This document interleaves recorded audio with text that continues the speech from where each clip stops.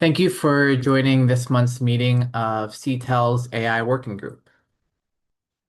There's been a few developments over the past month in DC in terms of AI policy, both from Congress and the administration.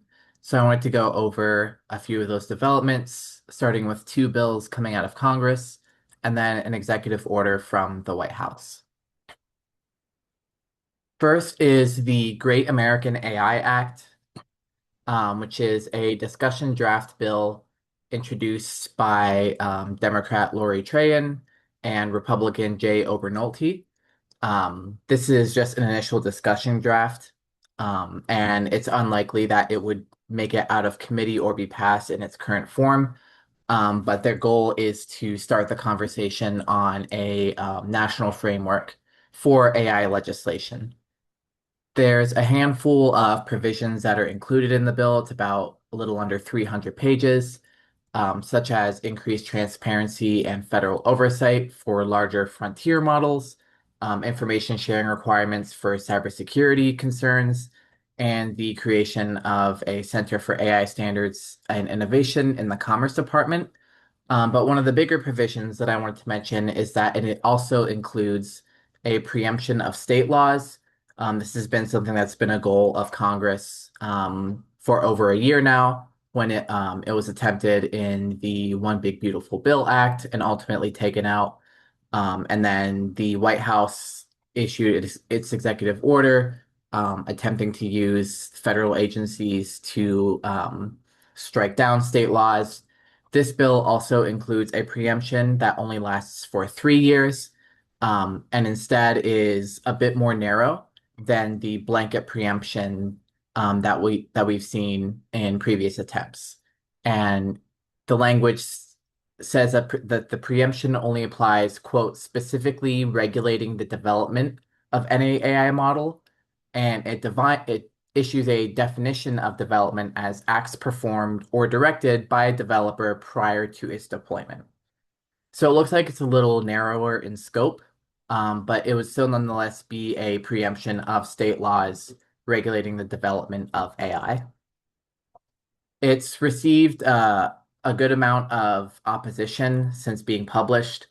The House Democrat AI Caucus issued a statement the day it was published opposing it, and a number of state legislative groups have also issued statements expressing their disapproval of the bill in its current form. Any questions or comments here?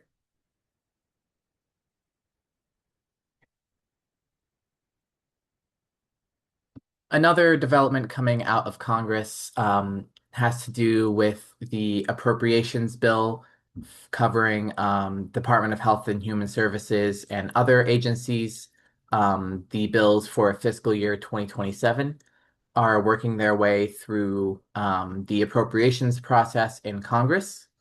And recently, the House Appropriations Committee held a markup of its bill for fiscal year 2027 that includes HHS. During the markup, a amendment was approved adding to the bill a block of CMS's Wiser pilot program. You may recall this was implemented last year by CMS to expand the use of AI in prior authorization determinations in a handful of states.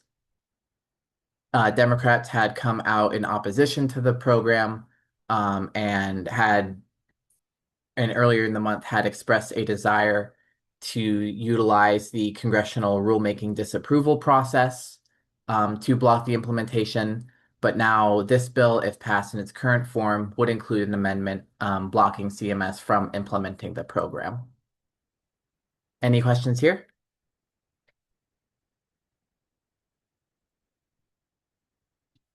And then lastly, I wanted to cover an executive order from the White House. During our last working group meeting, I discussed about how President Trump was considering options for issuing an executive order requiring government oversight and approval of frontier AI models. That was under consideration for a few weeks, and then Trump pulled back from ultimately going through with it. But then earlier this month, he issued a new executive order that instead focuses on a voluntary participation, hoping to create a voluntary clearinghouse for companies to engage in security monitoring without federal directives or federal oversight necessarily required. The executive order also directs a number of agencies, largely within DoD, to prioritize their cybersecurity efforts and to increase their attention in that area as well. This came shortly before, as you may have seen last week, the US imposed export controls on Anthropic's newest model due to cybersecurity concerns.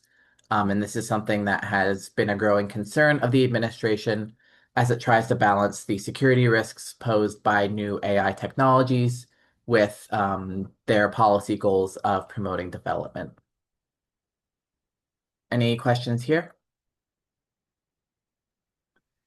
Lydia, this is Joe. I should have asked these earlier, but with respect to the Great American AI Act and the appropriation bill for HHS and so on, the first two items you mentioned, Mhm. has the administration publicly anyway taken a position with respect to either of those? And if so, what has been the White House's reaction?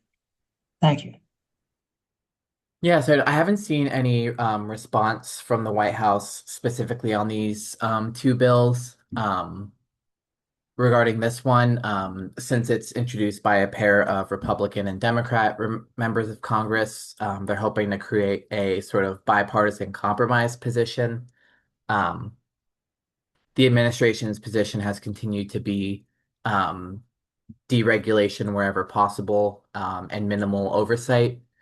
Um, I would imagine that if the second one, this amendment goes through, that would be much more opposed by the administration, just because it is an administration project that is being shut down by Congress, and Congress using its power of the purse to shut down an administrative action. This would likely be of the two of these, this would likely draw more attention from the administration, specifically CMS. Because it would be blocking the agency from implementing a policy priority. Thank you.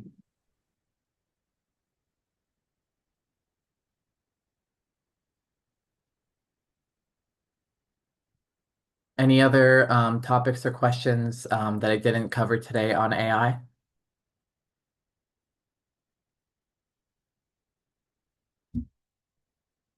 And with that, we have a couple events coming up that I wanted to highlight, a lot having to do with AI. The first is that next week we'll be in New York for our Digital Health Market Symposium. And then in July, we'll have a webinar on the 9th on the current trends in the responsible use of AI in clinical settings.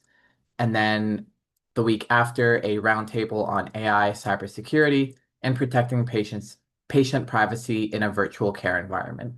Registration for all of these events is available to CTEL members on the website. And with that, that's all that I have for today. If you have any questions, feel free to let me know or set up some time to meet with me. Thank you so much.